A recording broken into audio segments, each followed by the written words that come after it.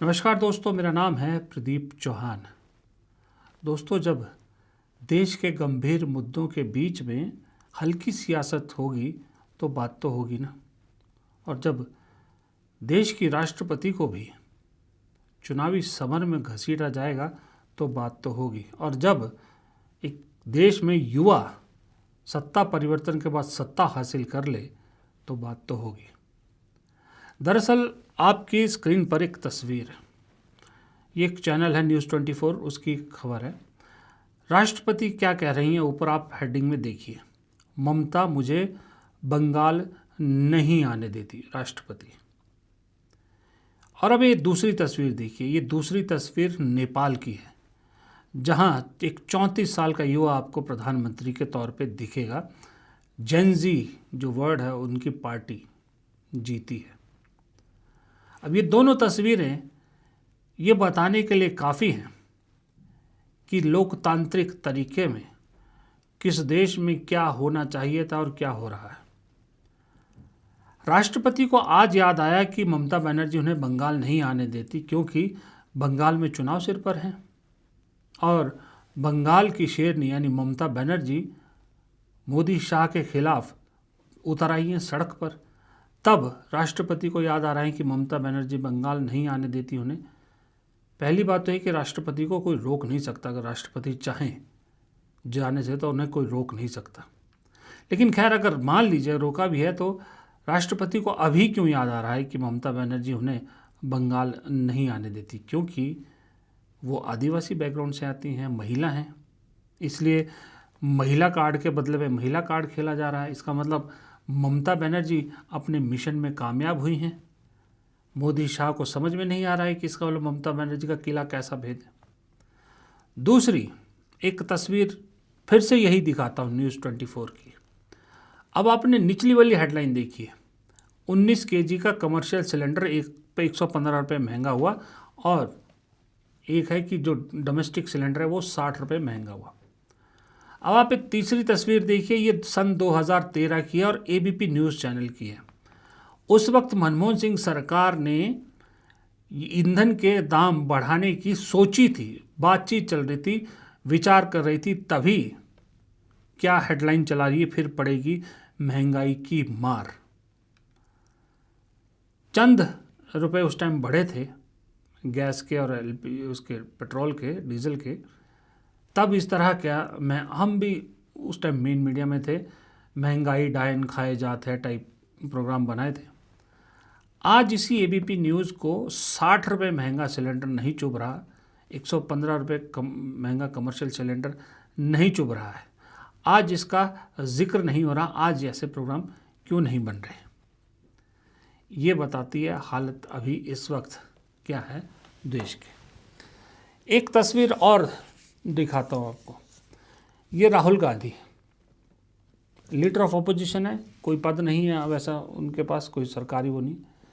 केरल में तिरुवनंतपुरम में टेक्नोक्रेट्स के साथ बातचीत करते हुए, टेक्नोक्रेट्स के बीच में बैठ के उनके सवालों के जवाब दे रहे हैं टेक्नोक्रेट।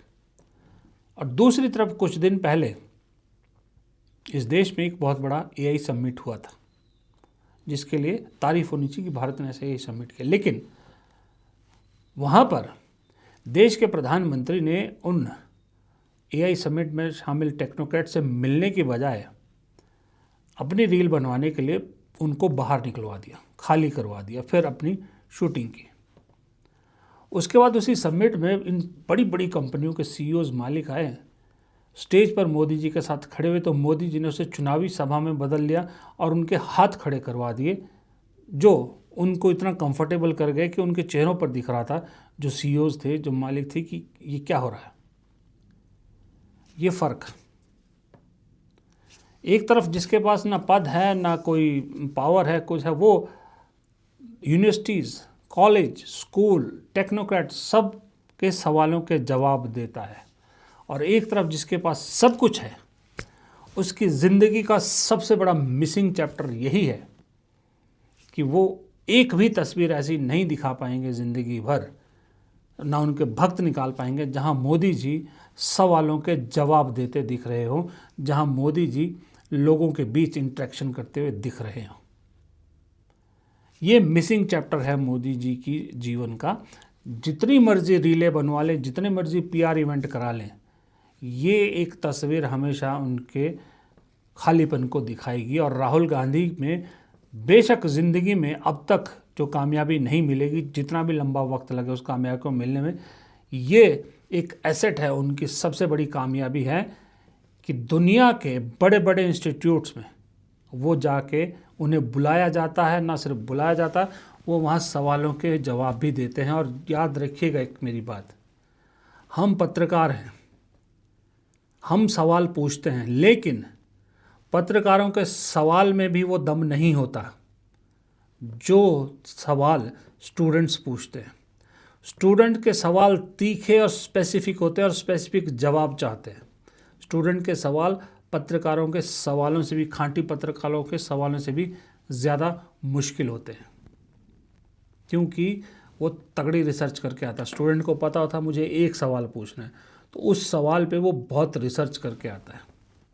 इसलिए आसान नहीं होता स्टूडेंट्स के सवालों का जवाब देना और ये पब्लिक इंटरेक्शन का जवाब देना, लेकिन राहुल गांधी ये करते हैं। ये फ़र्क पढ़े लिखे और सो कॉल्ड पढ़े लिखे नेता के बीच का है और कुछ नहीं है। ये फ़र्क सिर्फ और सिर्फ पढ़ाई लिखाई का है। इन्हीं टेक्नोक्रेट के बीच में राहुल गांधी से जब ये पूछा भी गया कि वो अगर नेता ना होते तो क्या होते, तो उन्होंने जो जवाब दिया कि मैं क्या होता, उस जवाब में पहली बार हल्का सही सही लेकिन अपने चाचा को भी याद किया, या चाचा यानी Sanjay Gandhi. I just wanted to ask you, if you were not a politician, if you were not in politics, would you have worked for a company? If so, would it have been a tech company, or would you have started up something of your own as well? Well, you know, one definition and the one I'm best known by is a politician. I actually do many other things. So I find these definitions, oh, you're a politician, you're a technocrat, you're a techie, you're an engineer, I think these are very constricting definitions. But the answer to that, I would, if I wasn't in working for a political organization, I would probably be doing some sort of entrepreneurship, probably in the aerospace world. I'm a pilot, so, and my father was a pilot, my uncle was a pilot, so we have that little strain. Very interesting. Yeah. Yeah. We also have a space park now being built in Kerala, so hopefully we'll have some innovations coming there. We have a couple of questions that we have from the audience as well. So we have Vinod Subramaniam here. Actually, I think about it slightly differently. I think that you should be curious about everything, right? And actually, you should have an open mind towards pretty much everything. And that's when you can start to connect the dots, you know. Very interesting. पिछले 12 साल में इस देश में जो business, क्योंकि technocrats की और यही समिट हम बात कर रहे हैं, टेक्नोलॉजी की बात कर रहे हैं, फ्यूचर की बात कर रहे हैं, वो तो नहीं बढ़ा। एक धंधा है जो इस देश में बहुत ज़ोरों शोरों से बढ़ा, वो धंधा था बाबागिरी। ऐसे ऐसे बाबा चमक गए इस देश में जिनका नाम भी नहीं सुना था, और इतनी महंगी महंगी गाड़ियों में और इतनी लग्जरी लाइफ जीते हैं। क्या नाम लो, आपको मालूम है किसकी बात कर रहा हूँ? कई बाबा हैं ऐसे। राहुल गांधी ने इनडायरेक्टली पहली बार इन बाबाओं के भी मज़े लिए, चुटकी ली और उदाहरण दिया केरल के मशहूर संत नारायण गुरु जी का, जिनको मरे इतना वक्त हो गया, उसके बावजूद आज भी नेता लोग उनकी शरण में आते हैं। The same way Narayana Guru ji had no strength. He did not have huge amounts of wealth. He did not drive in a fancy car, but he was easily the most powerful man in Kerala in his time. And imagine his power that today, 100 years later, the entire political class of Kerala has come to commemorate him. एक छोटा सा बयान और सुनाना चाहता हूँ मैं राहुल गांधी का आपको फ्री बीज को लेके। ये आँख खोलने इसलिए सुना रहा हूँ कि ये जवाब आँख खोलने वाला। पहले आप उस सुनिए, फ्री बीज को लेके सवाल जब उनसे पूछा गया क्या जवाब दिया। Good afternoon, Rahulji. My name is Payas Varghese. I have a question. We have got independence in the year 1947. Today we are in 2026. It's almost 80 years. So most of the politicians, BJP, Congress, many came over and ruled the country. And but even today we are talking about freebies. All political parties, they are talking about freebies. I will give you 2,000 rupees. You survive with that. I will give you a few kilos of sugar. I will give you rice. When India become a developed country, this is not economic development. Even after 80 years, if you are talking about giving freebies to the people in India, it means we made them poor, poor, poor. It's not economic development.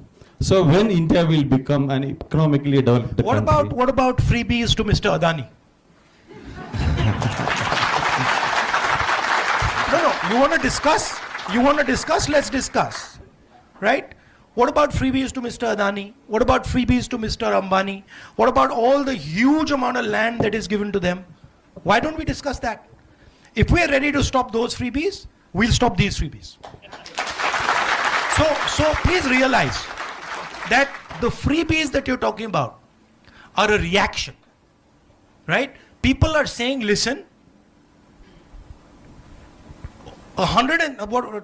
16 lakh crore rupees have been forgiven for Mr. Ambani and Adani, right? Now, it's interesting that you raise it.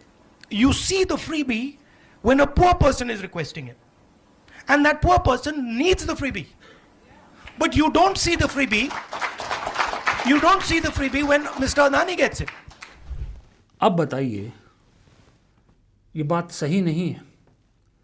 जब कोई सरकार, चाहे BJP की हो, चाहे कांग्रेस की हो, चाहे डीएमके की, कोई भी हो, जब वो मान लीजिए एक सरकार कहती है कि हम महिलाओं को हर महीने 2,000 रुपया फ्री में देंगे, अब मदद करेंगे, फिर हम कैलकुलेट करने बैठ जाते हैं कि साल का 6,000 करोड़ रुपया, 8,000 करोड़ रुपया सरकार पे खर्च आएगा, कहाँ से लाएगी सरकार, क्यों जो है वो बर्बाद किया जा रहा है पैसे, ये सब हम बात करते हैं और वो जेन्युइन भी है। मैं ये नहीं कह रहा गलत है, जेन्युइन भी। लेकिन जो राहुल गांधी ने बात की, क्या हमने कभी वो डिस्कस किया? हम उस 6,000 8,000 करोड़ को तो डिस्कस करते हैं, लेकिन कभी ये 16 लाख करोड़ जैसी रकम को हमने कभी डिस्कस नहीं किया। सोचिए, ये 16 लाख जैसी रकमें माफ़ ना हो, इन बड़े बड़े औद्योगिक घरानों के जो है ऋण माफ़ ना हो, तो कितने पैसे ऐसे हैं कि औरतों को तो छोड़िए, शायद हम जैसे कुछ मर्दों को भी महीने का 1,500 2,000 मिल जाए। फिर मुझे मोदी जी की वो बात याद आ जाती है कि इतना काला धन है स्विस बैंक में, लाऊंगा तो 15 लाख तो यूं ही मिल जाएंगे। ये अगर सही में जो राहुल गांधी ने पॉइंट उठाया है, इस पे सोचिए कितने लाख करोड़ माफ़ कर दिया गया है देश का पैसा इन उद्योगपतियों को। अगर वो ना किया गया होता तो किसकी मदद होती? हम देशवासियों की होती ना। तो बड़ा जेन्युइन पॉइंट था। इसलिए मैं कह रहा हूँ कि पढ़े लिखे और सो कॉल्ड पढ़े लिखे का फ़र्क होता है। अब क्योंकि शुरुआत मैंने तस्वीरों से की थी, आखिरी में भी तो एक तस्वीर आपको दिखाना या याद दिलाना चाहता हूँ। एक नेता हैं, आपको याद होगी, स्मृति ईरानी। भूले तो नहीं? भूल गए तो याद दिला देता हूँ। वही स्मृति ईरानी जो एक वक्त में मोदी जी के बाद सबसे बड़ा चेहरा अपने आप को समझती थी बीजेपी में, क्योंकि राहुल गांधी को हराया था भाई उन्होंने अमेठी में, तगड़ी मंत्री थी। पर उसके बाद किशोरी लाल जी ने ऐसा चुनाव हराया कि अभी स्मृति ईरानी कहाँ है किसी को मालूम भी नहीं। उन स्मृति ईरानी की एक तस्वीर बड़ी वायरल होती थी जब वो विपक्ष में थी और सिलेंडर महंगा हो रहा था तो सिलेंडर लेकर सड़क पर बैठी थी। वो तस्वीर बहुत वायरल हुई। आज समय का चक्र घूमा, उसी तरह का सिलेंडर की तस्वीर लेके महिला कांग्रेस की नेत्रियां सरकार केंद्रीय मंत्रियों के दरवाजे पर पहुंची। आज स्मृति ईरानी को ये तस्वीरें दिख रही होंगी तो क्या अपना वो वक्त याद आ रहा होगा और किस्मत के चक्र के घूमने की वैल्यू पता लगी होगी। तो मैं इसीलिए कहता हूँ, मेरा ये फर्म बिलीवर है कि एक तस्वीर हज़ारों शब्दों से ज़्यादा दमदार कहानी कहती है। एक तस्वीर कई बार वो सब बोल देती है जिसके आगे बोलने की ज़रूरत ही नहीं पड़ती। इसलिए तस्वीरों को जब आप सहेजो तो सोचिएगा कि ये तस्वीरें कल को क्या क्या कहानी आपकी किसके सामने रखेंगी, और वो सारी कहानियाँ लोगों को यही तस्वीरें बताएंगी जो आपकी असल हैं, क्योंकि आप तो एक दिन ज़िंदगी ख़त्म होनी है, दुनिया छोड़ के जाएंगे, तो आपकी सारी विरासत आपकी तस्वीरें हैं। तो तस्वीरें वही खिंचवाइए, वही रखिए जो आपका असली कैरेक्टर आने वाली पीढ़ियों को दिखाए। फ़िलहाल इस वीडियो में इतना ही। वीडियो पसंद आए तो लाइक कीजिएगा, शेयर कीजिएगा, कमेंट बॉक्स में अपनी राय ज़रूर दीजिएगा और चैनल को सब्सक्राइब करना मत भूलिएगा। नमस्कार।